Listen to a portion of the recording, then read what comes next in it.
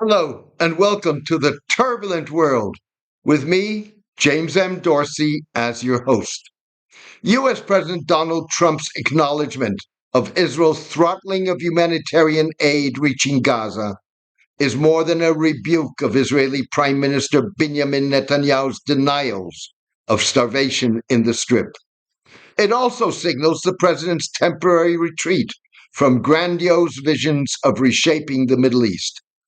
Mr. Trump's switching of gears to focus on Gaza's humanitarian crisis was likely prompted by images of Palestinians, particularly babies and children, emaciated by Israel's refusal to allow the unfettered flow of humanitarian aid into the Strip. Even so, the president's focus also serves to entrench Israeli control and stymie a brewing generational revolt in his support base and the recognition of Palestine as a state by key U.S. allies, including France, Britain, and Canada. Mr. Trump parroted Mr. Netanyahu's assertion that recognition of Palestine would reward Hamas, which would likely tout it as a successful outcome of its October 7, 2023 attack that killed some 1,200 people, mostly civilians, and sparked the Gaza war. Messieurs Trump and Netanyahu likely recognize that the opposite is also true. A refusal to recognize Palestine would reward Israel for its long-standing refusal to acknowledge Palestinians' right to an independent state alongside Israel on land internationally recognized as Palestinian. Israel's refusal has cost the lives of tens of thousands and disrupted the lives of many more.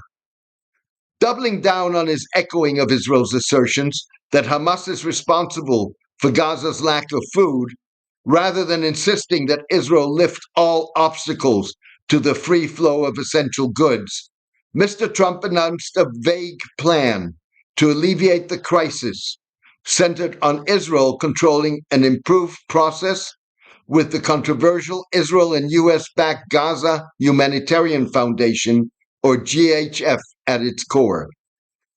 We're going to be dealing with Israel, and we think they can do a good job of it. They want to preside over the food centers to make sure the distribution is proper, Mr. Trump said.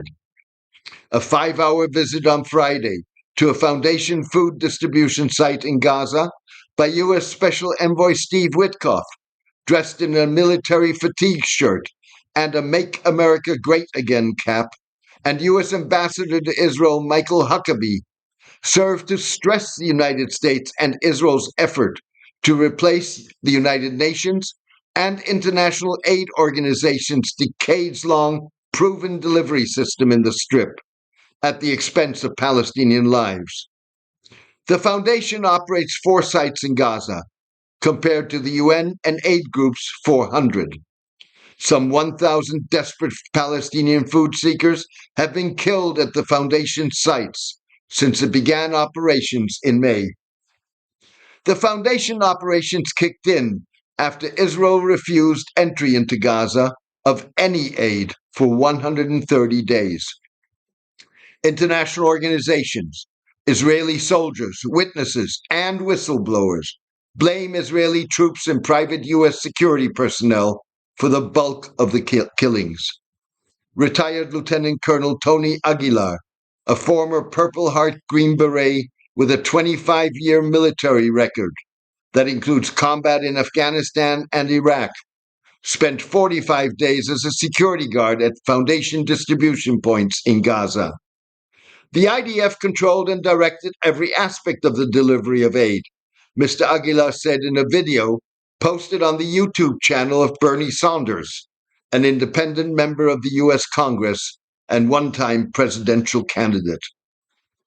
The process for having the Palestinians leave the distribution site was done through shooting at them, hitting them with pepper spray and tear gas, firing rubber bullets from shotguns at them. And this isn't just something that happened once or twice. This happened every day, at every distribution, at every site. This is not hyperbole. This is not Hamas propaganda.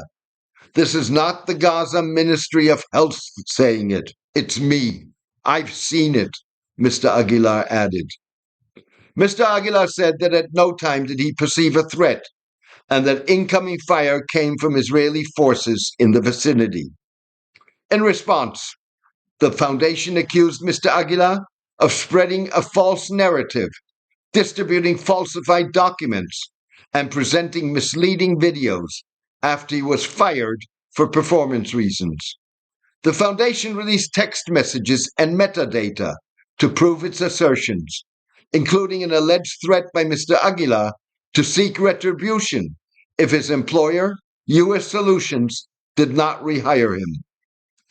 Christian Zionist Reverend Johnny Moore, the foundation's recently appointed executive chairman, insisted that media reporting on the killings was not something that we've seen at all in our experience on the ground. Mr. Trump's plan to alleviate Gaza's humanitarian crisis appears to involve an increase in the number of foundation distribution sites and a willingness to allow an increased flow of UN and international organization aid into Gaza, provided they cooperate with the foundation. To be sure, there is plenty of blame to go round, with most players, including Israel, Hamas, and the United States, prioritizing political goals rather than measures that would save lives and alleviate suffering. Making things worse, it's unlikely that the $60 million Mr. Trump says he has allocated for Gazans' access to food is anywhere close to expanding the foundation's network to match what the UN has to offer. Funding is not the only problem with Mr. Trump's approach. For starters, the approach allows Israel to continue throttling aid even if it would allow more essential goods to enter the Strip. On average, Israel has recently granted permission for 70 aid trucks a day to deliver aid, instead of the 500 to 600 that are needed. Despite Messrs. Trump and Netanyahu's assertions to the contrary, Hamas is only one of the culprits responsible for the looting of aid convoys entering Gaza. So are a shady Israeli-backed group headed by Yasser Abu Shabab and ordinary Palestinians desperate for food and afraid of being killed at distribution sites. Given the fragile security situation, it's hard to see how the foundation can expand its network without Israel stepping up its ground presence in Gaza and or greater involvement of problematic U.S. security personnel. That hasn't stopped Mr. Trump from promising that food distribution points would be sites where people can walk in and no boundaries. We're not going to have fences. Mr. Trump's focus on food comes against the backdrop of his administration's stumbling Middle Eastern diplomatic engagement, including stalled Gaza ceasefire and Iran nuclear negotiations, failed efforts to free Hamas-held hostages, Lebanon's inability to force Hezbollah, the Iranian-backed Lebanese Shiite militia and political movement, to disarm, and sectarian violence that has disrupted U.S.-backed President Ahmed al-Shara's endeavors to keep Syria unified. Adding to Mr. Trump's setbacks is a groundswell of rare criticism of Israel from his support base, including segments of the Make America Great Again or America First MAGA crowd, and Republican foreign policy hawks, for whom support of Israel was long an article of faith. My people are starting to hate Israel, Mr. Trump reportedly told a prominent Jewish campaign donor recently. In a sign of the times, Marjorie Taylor Greene emerged as the first Republican lawmaker to label Israeli actions in Gaza as genocide. It's the most truthful and easiest thing to say that October 7th in Israel was horrific and all hostages must be returned. But so is the genocide, humanitarian crisis, and starvation happening in Gaza, Mrs. Taylor Greene said on X.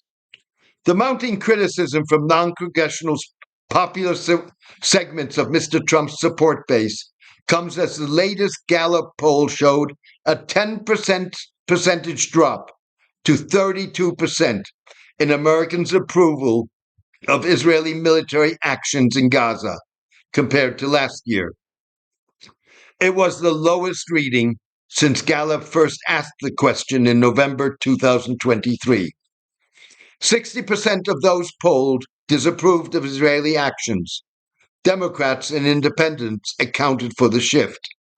71% of Republicans, despite the amounting criticism among Trump supporters, expressed support for Israel, a 5% increase since last year's Gallup poll. A separate CNN poll produced starkly different figures. The poll suggested that Republican support for Israel had dropped from 68% in October 2023 to 52% in the latest survey, with only 23% of Americans favoring Israeli actions, a 27% drop compared to almost 2 years ago.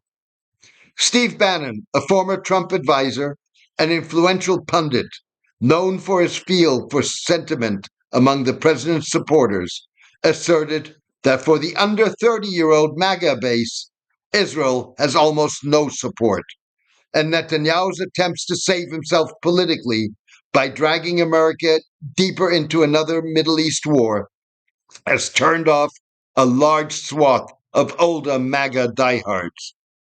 For many among the conservative Gen Z generation, Israel is little more than another ally taking advantage of America's generosity. Their image is not the Holocaust, but the destruction of Gaza and Israeli Jewish attacks on Christians. This week, conservative radio host Megyn Kelly warned, Israel, whether it realizes it or not, has made itself the villain of the world in letting this thing go on so long. They have lost the support among their dearest friends. Thank you for joining me today. The rise of artificial intelligence magnifies the importance of journalists with true expertise, top-notch sourcing, and historical depth. These journalists, like me, tell and analyze in-depth stories. Their goal is to enhance their readers' and listeners' ability to form informed opinions of their own. We don't just chronicle events.